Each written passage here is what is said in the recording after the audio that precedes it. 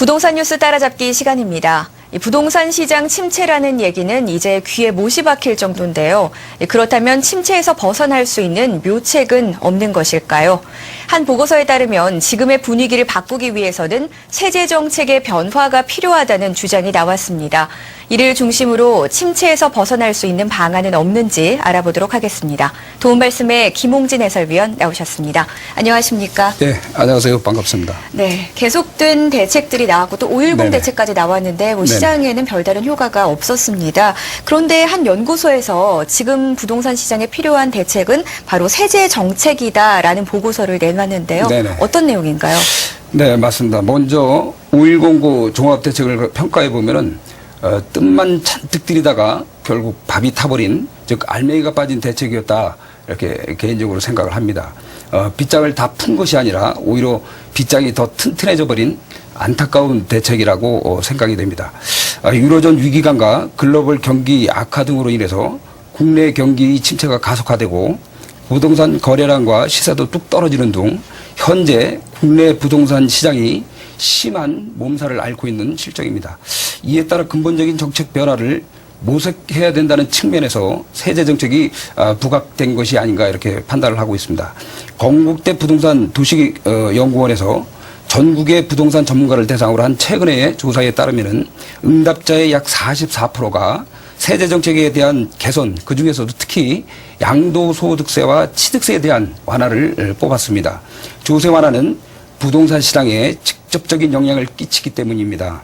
특히 양도소득세 및 취득세 등 이른바 거래세의 항목은 부동산을 사고 파시는 분들에게 직접적인 캐시아웃으로 나타나기 때문에 부동산 매매 여부를 결정하는 중요한 요인이라 할 수 있겠습니다. 네, 말씀하신 대로라면은 양도세 규제 완화가 가장 시급해 보이는데요. 양도세는 어떻게 부과되는 건가요? 네네.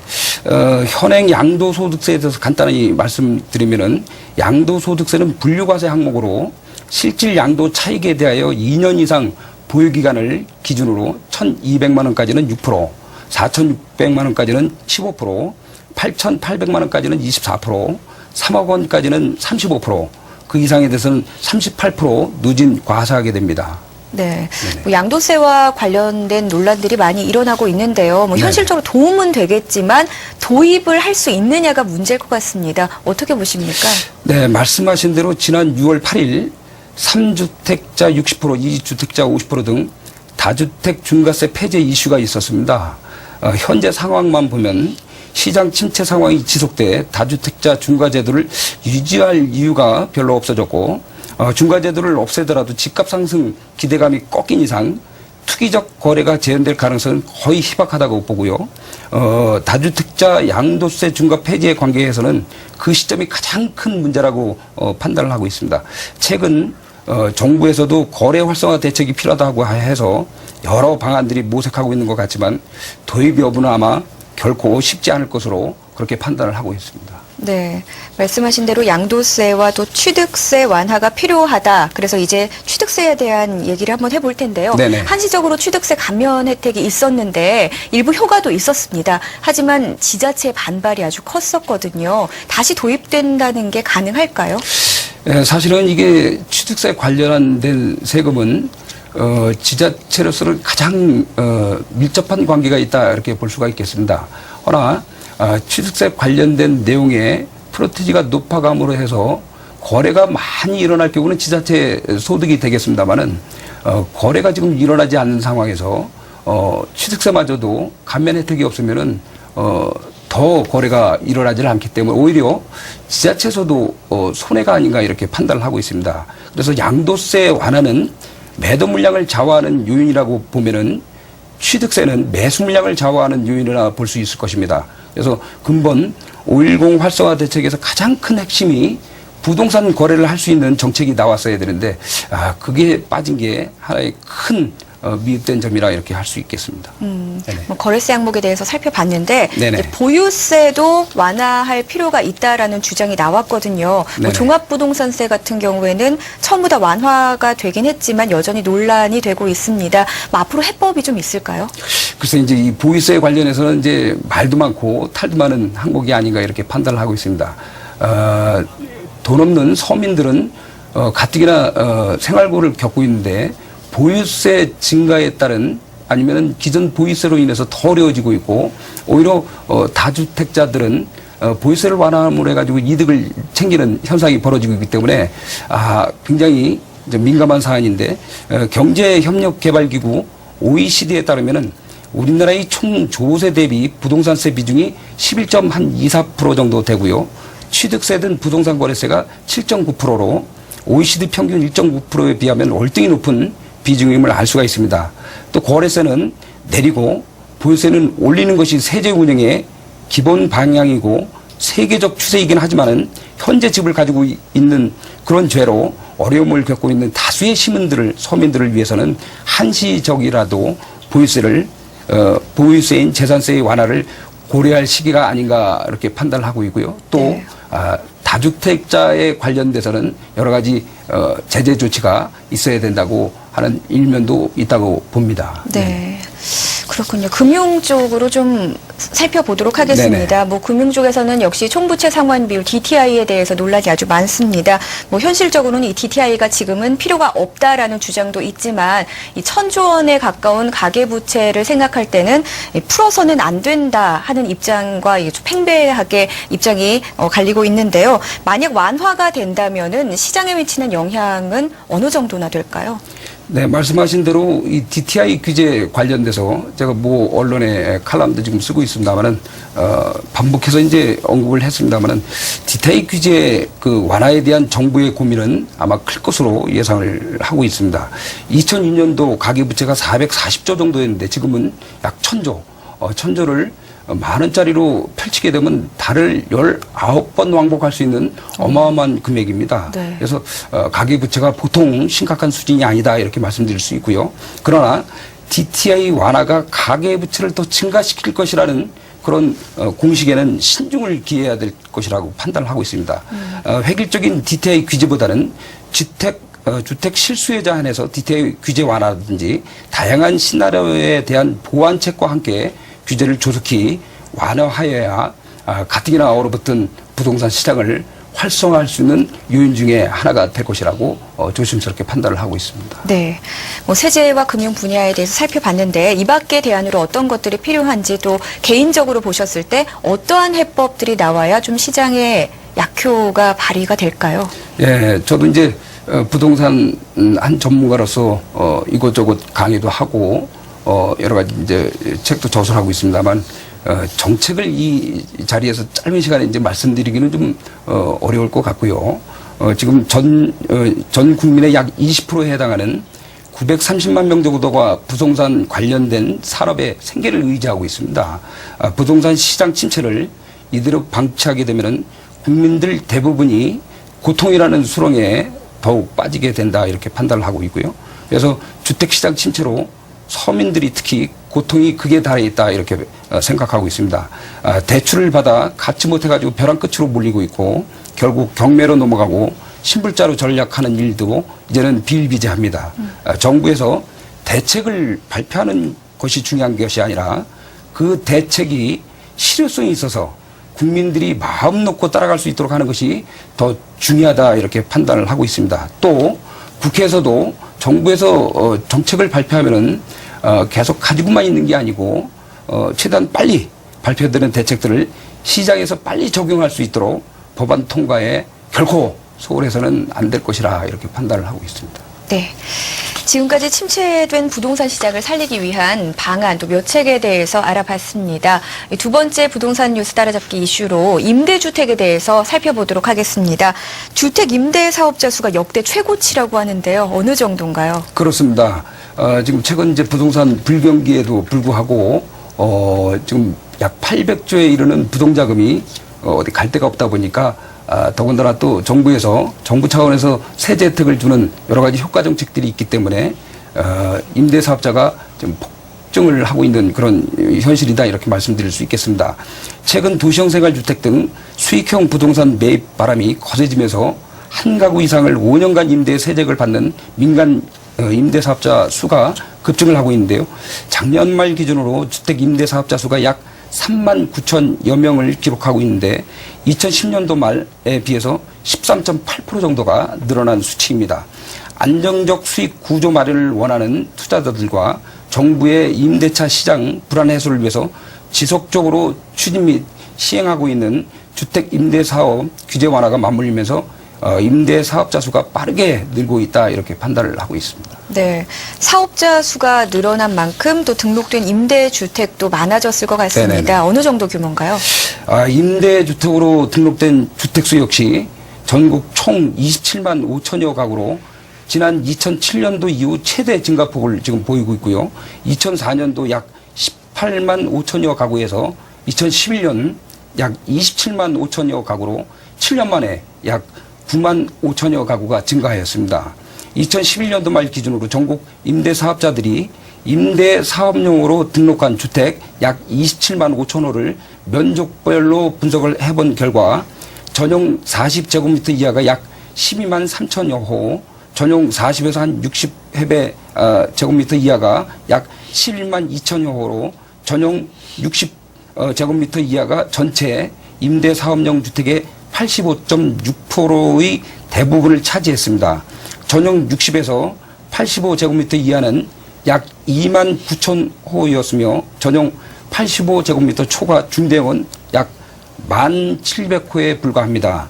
임대사업자의 소형주택 선호 현상은 전국 대부분 지역에서 나타났다고 할 수 있겠습니다. 네, 뭐 소형을 중심으로 단기간에 빠른 속도로 증가하고 있습니다. 네네네. 이렇게 주택 임대 사업자가 급증하게 되는 원인은 어디에 있습니까? 예, 지금 말씀하신 대로 전국적으로 이제 임차 수요가 증가하는 상황에서 임대 사업자들이 실수요자가 많이 생겼습니다. 세입자가 구하기도 수월한 그런 소형주택 위주로 임대사업에 이제 나서고 있는 그런 상황이 연출되고 있습니다. 투자자들이 집을 구입해가지고 속속 임대사업에 나서는 것은 정부의 규제 완화책도 한몫을 있다고 생각을 하고요. 정부는 지난 2010년도에 8.29 대책에서 수도권, 서울을 제외한 임대사업자에 대한 양도세 중과 완화와 종부세, 비과세 등을 발표했고 2011년 1.1 전월세 안정보완 대책에서는 민간에서 임대주택이 충분히 공급될 수 있도록 임대주택 세대 지원 대상 서울 임대호수가 5호에서 3호로 바뀌는 등 관련 규제가 대폭 완화했습니다. 또한 2011년 8.18 전월세 시장 안정 방안에서는 수도권 임대사업자 세제 지원 요건 중 임대호수를 수도권과 지방 구분 없이 1호 이상으로 추가 완화했습니다. 아마 이런 결과가 많이 늘어난 원인이라 판단을 하고 있습니다. 네. 네네. 오피스텔도 이제 매입임대 주택으로 등록이 가능하도록 변했습니다. 네네, 그렇습니다. 그로 인한 시장의 영향도 만만치 않을 걸로 보이는데요. 어떻게 보십니까? 지금 이제 사실은 오피스텔 공급 관련해서는 10년 이전부터 많이 공급이 됐습니다. 요 근래는 수익형 부동산이 이제 대세다 보니까 오피스텔 관련해서도 이제 분양을 받고 투자하시는 분들이 이제 상당히 많이 늘어났습니다. 그래서 특히 이제 요 근래 정부에서 발표되는 완화 정책으로 인해서 오피스텔이 투자의 1호 대상 정도 관련으로 이제 뜨고 있는데요. 국토해양부는 오피스텔을 임대주택으로 등록할 수 있고 임대주택 중복 입주 확인 시스템을 도입하는 내용의 임대주택법 시행령 일부 개정안이 지난 4월 27일부터 시행됐습니다. 정부는 전용 면적 85제곱미터 이하로 전용 입식 부엌, 수세식 화장실, 목욕, 시설을 갖춘 오피스텔도 임대주택으로 등록할 수 있게 해놨습니다. 그동안 오피스텔은 업무용 건축물로 주거용으로 임대하더라도 임대주택에 포함되지 않아서 지방세 감면 혜택을 받을 수 없었는데 임대사업자가 매입하는 오피스텔의 경우 정부가 임대주택으로 등록이 가능하도록 하고 기존 임대주택과 동일한 세제 혜택을 부여하는 것이 상당히 이제 좋은 호재 조건으로 발의를 한 것 같습니다. 임대주택법 개정으로 오피스텔에 대한 수요자의 관심이 더 커지면서 공급량도 늘어날 것으로 예상되고 임대사업이 보다 원활하게 증가할 것으로 판단을 하고 있습니다. 네, 뭐 현재의 주택 임대 사업자의 급증 속도로 본다고 하면 네네. 앞으로 더욱더 많아질 것으로 보이는데요. 뭐 시장으로 인한 뭐 부작용도 생길 것 같거든요. 그렇습니다. 말씀하신 대로 이제 이 근래 반복되는 말씀입니다만은 이제 투자 1호 상품일 수도 있는 이 오피스텔로 이제 증가가 되다 보니까 많이 어려움들이 좀 예상하고 있는데 그걸 이제 간략하게 좀 말씀을 드리면은 최근 1인 가구가 급증하고요. 도시형생활주택, 그다음에 원룸형 주택 등 소형 공동주택 건설이 이제 붐을 지금 이루고 있습니다. 하지만 손쉬운 임대 수익만을 쫓아가지고 우죽순으로 난립하다 보니까 부작용이 지금 속출하고 있는데요. 일부 지역을 중심으로 공급 초과 현상이 나타나고 있고 그 부작용으로 수익률 감소하고 경매 물건이 나올 가능성이 상당히 높다 이렇게 볼 수 있겠습니다. 투자 실패 위험을 줄이기 위해서는 투자에 대한 주의를 이제 하셔야 되는데 수익형 부동산은 철저히 임대 수익률 위주로 접근해야 되고 이를 위해 주변 시세 조사가 선행돼야 됩니다. 또한 주차 여건과 관리비 부분도 세입자가 매우 중요하게 생각하는 사항이기 때문에 수요가 많이 몰릴 수 있는 조건을 갖추고 있는지 확인하는 작업도 빼놓지 않고 하셔야 될 것으로 판단을 하고 있습니다. 네, 잘 들었습니다. 부작용으로 경매 물건들이 많아질 수 있다라는 말씀해 주셨는데요. 이어서 경매 시장에 대해서 살펴보도록 하겠습니다. 시장 침체의 영향으로 고급 주택도 경매 시장에 줄줄이 나오고 있습니다. 그 중에는 유명 인사 소유의 주택도 많다고 하는데요. 고급 주택 얼마나 경매에 나왔는지 시장 상황 알아보면서 경매 시장 점검해 보도록 하겠습니다. 경매 시장의 고급 주택도 상당하다고요? 그 이전에는 이제 볼 수 없었던 상황들이 지금 연출되고 있는데요. 최근 고급주택도 경기 침체와 더불어서 부동산 시장의 위축 영향권에 접어든 것 같습니다. 국내 최고가 주거단지인 삼성동 아이파크도 경매 시장에서 단골 지금 손님이 되고 있고요. 최근 집주인이 담보로 돈을 빌렸다가 이자와 원금을 갚지 못해 경매에 붙여졌지만 195제곱미터는 두 번째 유찰이 되고요. 세 번째에서야 겨우 낙찰되는 상황이 벌어지고 있는 현실입니다. 2009년도 최고 매매 가격이 3.3제곱미터당 7,700만 원과 비교하면 지금 거의 반토막이 났다 하는 수준에 이르는 지경에 와 있습니다.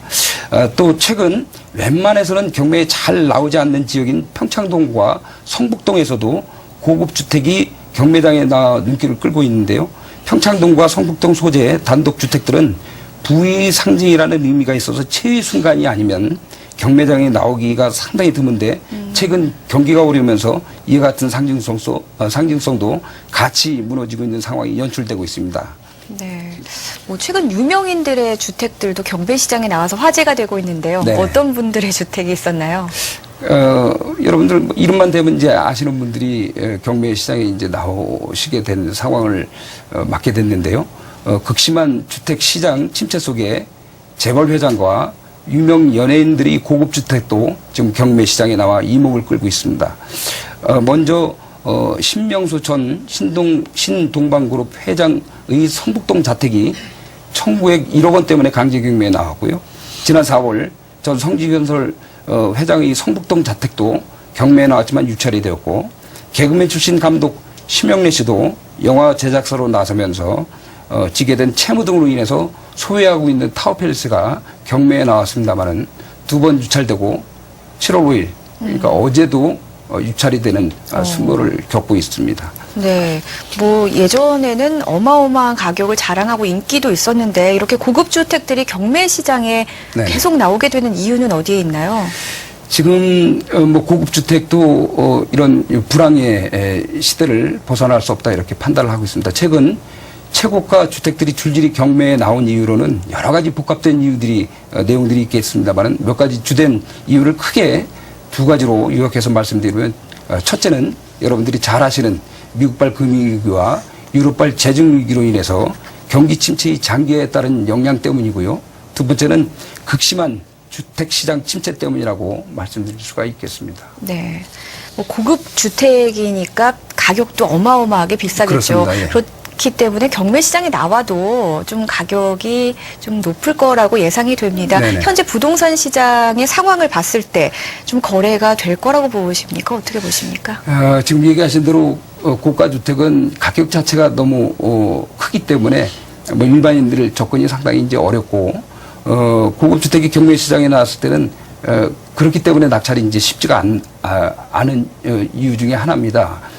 그 이유를 이제 크가지 세 가지로 요약해서 좀 말씀을 좀 올리면은 먼저 최근 주택 시장 침체로 인해서 가격이 많이 낮아졌고 고액 자산가들도 경기 침체와 부동산 시장 위축으로 인해서 경매에 적극적이지 않고 있고, 둘째는 고급 주택은 가격이 비싸기 때문에 낙찰 대상자가 한정적일 수밖에 없고, 최근 경매 시장도 소형과 수익형 부동산이 대세이기 때문이고요.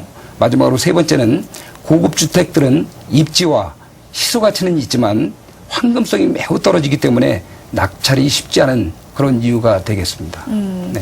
뭐 고급 주택 포함해서 전반적인 경매 시장 살펴봤는데요. 그런데 이 경매 시장도 최근에는 좀 인기가 한풀 꺾였다고 합니다. 어떤 매물들이 주로 나오고 있고 앞으로의 전망은 좀 어떤지 살펴주시죠. 예.